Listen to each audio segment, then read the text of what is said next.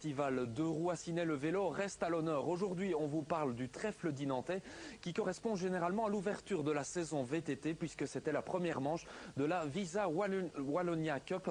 François Mercier et Fabien Hubert se sont glissés entre deux averses pour nous ramener des images de cette course très relevée. La Wallonia Cup clôturait ce dimanche la 9e édition du trèfle dinantais. C'est une compétition régionale équivalente à la Flanders Cup. Il n'y a donc plus d'épreuves fédérales en VTT. Ce challenge est composé de 6 épreuves réparties partout en Wallonie. Pour la deuxième année consécutive, Dinan accueillait la première manche de ce challenge et ouvrait le bal du VTT en Wallonie. Il y a eu quelques modifications par rapport à l'an dernier. La principale se situait au niveau du parcours tracé en bord de l'Est. On revient sur notre circuit un peu fétiche, qui est le circuit l'Est, en fait, qui est un circuit merveilleux. Et grâce en fait à un partenariat avec le complexe touristique Ancio, c'est grâce un peu à ça qu'on revient ici, sur un superbe circuit technique varié de 8,3 km.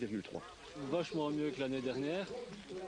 Et dommage un peu les conditions, sinon ça aurait pu être très bien. Ouais. Sinon c'est un chouette parcours que du VTT, assez dur, donc c'est parfait.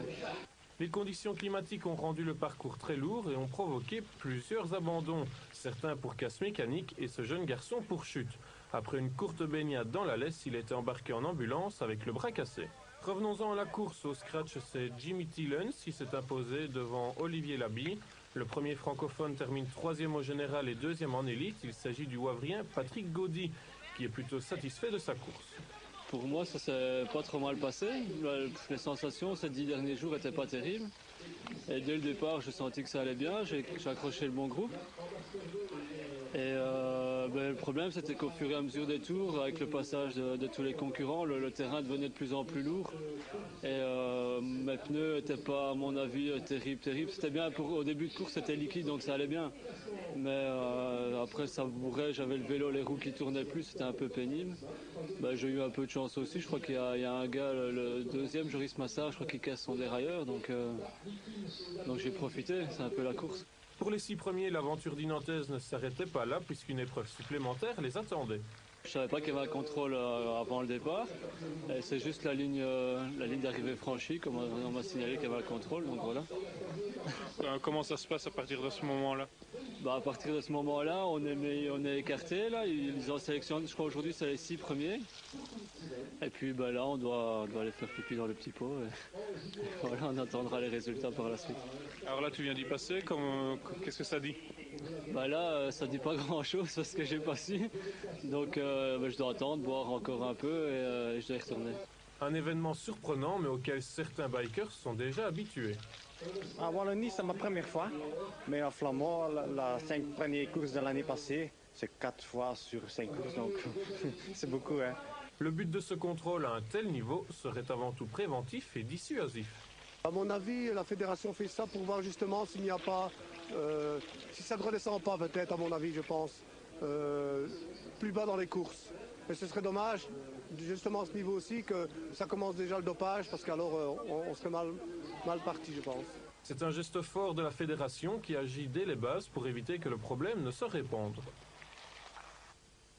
Après les adultes, on passe aux enfants. Et oui, la promotion du VTT passe inévitablement par les jeunes. Une compétition leur était réservée, le Kids Trophy, le reportage de Philippe Pierrard et Gwen Bruls. Après une longue trêve, c'est le mort aux dents que ces enfants, âgés de 7 à 14 ans, ont participé à ce premier Kids Trophy de l'année qui, grâce à l'attrait de la compétition, rassemble de plus en plus de jeunes bikers au fil des ans. L'historique du Kids Trophy, c'est la 9e année, 9e saison qu'on a lancé ça. C'était dans la région de Philippe-Villiers-Gomzé et nous avons commencé avec 2 courses. La deuxième course avec 6 jeunes.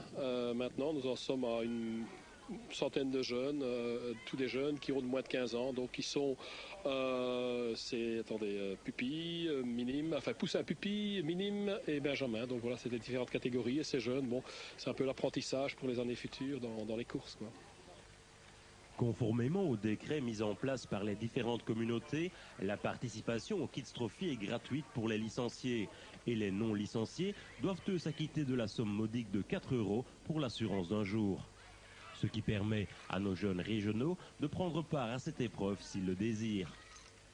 Je viens de l'Est, j'aime bien le vélo et faire des courses, alors je suis venue. Tu fais uniquement du VTT ou alors tu fais un peu de cyclotourisme? Moi, je fais du VTT, parfois je roule avec papa sur la route. Et toi, qu'est-ce qui t'a plu dans cette épreuve? Pourquoi est-ce que tu as décidé de venir participer? Parce que j'aime bien le VTT et parce que les tours sont bien ici. Tu es content de ton résultat? Oui, c'est meilleur que l'année passée. Et les organisateurs espèrent qu'au fil des ans, le VTT soit aussi populaire en Wallonie que le cyclocross en Flandre. Ça doit être une dynamique venant de la Ligue. Mais je crois qu'on le voit ici, hein, les parents sont très nombreux. On peut voir qu'il y a plus ou moins 300 personnes environ tout au bord des circuits ici. C'est vrai que la Flandre, c'est le pays du vélo. Ils ont été vaccinés avec un rayon de vélo, qu'est-ce que vous voulez. Mais je crois que le Kids Trophy ici a ses lettres de noblesse maintenant. Je crois on en parle beaucoup et je crois qu'on sort beaucoup de jeunes, dont un jeune ici, Justin Ranouk, qui est parti vers la route et qui est sélectionné pour les championnats du monde sur piste à Mexico. Donc je crois que l'école est très bonne et je crois qu'on va continuer dans ce sens-là, la formation des jeunes. Reste à détecter au plus tôt nos jeunes talents et à les amener le plus haut possible dans leur discipline de prédilection. Mais je crois qu'il y a un bon suivi. Je crois que le ministère des Sports, hier, j'ai été à un entretien avec le ministère de Kent qui vont fonder, on va dire, du côté de Liège, un sport-études où on va prendre les jeunes dès 15 ans, les jeunes vraiment d'un bon niveau, et on va les amener vers le sport d'élite, proprement. Voilà, c'est ce qui est. Je crois qu'il y a déjà une dynamique du côté du ministre et tout ça. Et je crois qu'il sait que le Kids Trophy, on essaye de travailler dans ce sens-là également.